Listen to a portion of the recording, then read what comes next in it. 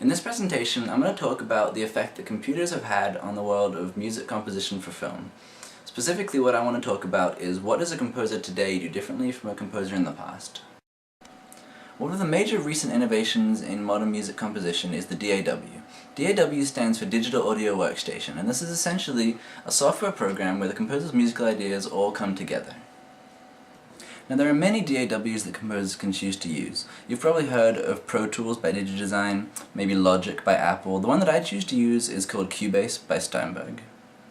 So what you're seeing right now is the project window of a project that I'm working in Cubase. It's a rescoring of a Lamborghini commercial, which means that I've taken a Lamborghini commercial and taken their music out, and I'm putting my own music into it. On the left you can see different tracks down the side here. Each of these corresponds to a different instrument that we're putting into the composition. So for example, I've got my strings track right here, and all of this data along here is what the strings are going to be playing. And all of these correspond in a similar fashion. And up at the top we have a video track, which will be playing the commercial itself. So as a film composer, there's really two main ways that you can get instruments into your composition. The first way is to record real people playing real instruments into a microphone, such as this one right here. The second way is to use virtual instruments. Now the advantages of using real instruments is that the sound of it is going to be very convincing because it is the real thing. The main disadvantage is cost. If you're a composer and you hire a session musician to come in and play a saxophone part, that's going to be pretty expensive, even if it's pretty short. And also availability. If you have a project where a deadline is coming up really fast and you need to get a part recorded quickly, then you're not always going to be able to get a musician to play it. The other option that a film composer has for getting the sound of an instrument into his or her compositions is a virtual instrument. Now a virtual instrument doesn't exist in the real world in the same way that, say, a guitar does. A virtual instrument only exists on the computer in the form of plugins made by third-party developers.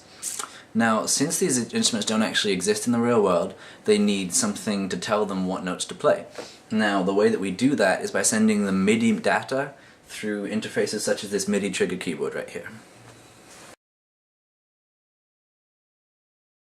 The word MIDI stands for Musical Instrument Digital Interface. Now what this is a protocol for electronic musical devices to talk to one another, such as this MIDI trigger keyboard right here and the DAW that I'm using. Now it's important to understand that MIDI data is not audio. If I were to unplug this MIDI keyboard, take it outside and try to play it like a piano, I wouldn't get any sound out of it because it's not producing audio by itself. What it does is send MIDI data to the virtual instruments inside the computer, which then turn that data into sound. The first type of virtual instrument we're going to talk about is called a synthesizer. Now, a synthesizer doesn't aim to recreate the sound of a real instrument. It's aiming to create something entirely new. This right here is a synthesizer called Omnisphere. You'll notice from listening to the track that it doesn't sound like anything you would hear in the real world.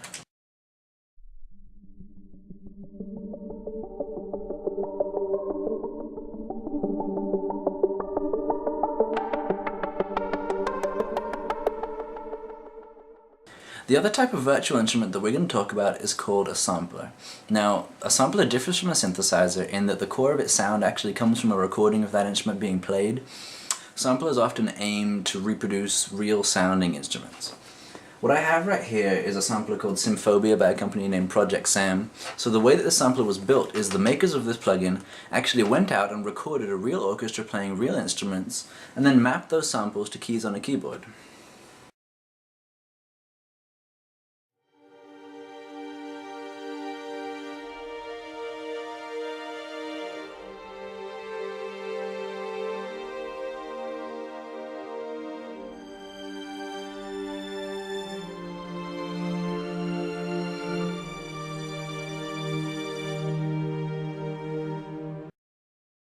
So that's a string part that I built just using this sampler. I didn't play any strings into that, I only used the sampler on the computer. So as you can see, samplers are a really effective way for composers to create realistic sounding parts. Now another benefit of samplers is that they can introduce sounds into a composition that a composer might not be able to do otherwise. Right here I have a sampler that's actually sampling an instrument called a koto from Japan. A koto is a massive, sort of 6-foot long instrument that takes an immense amount of skill to play, and I don't actually have a koto lying around my house, and if I did I wouldn't know how to play it. Luckily, because of virtual instruments, I now have a way to get the sound of that into my composition without having to know how to play it myself.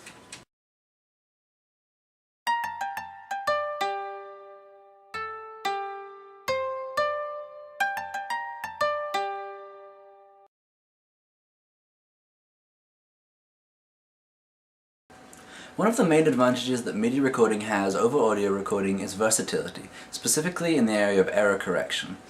If I give a MIDI performance on this keyboard that I'm not satisfied with, after recording I can go in and edit the MIDI data to make it sound much better, and this is a lot easier to do with MIDI than it is with audio. Now I'm going to demonstrate this by recording a bass line into the piece that we've already started using my MIDI keyboard. I'm not going to play the bass line perfectly. I'm going to make some mistakes. I'm going to throw in a wrong note here and there, maybe some bad timing, and then I'm going to show you how we can easily fix that after the recording has already finished.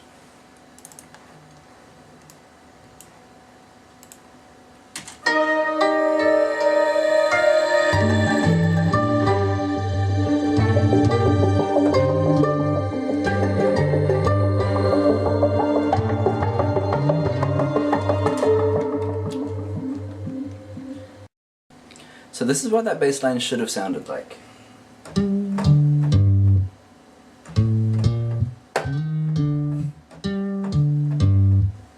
Obviously what we just recorded is a little different from that because I made a few mistakes here and there.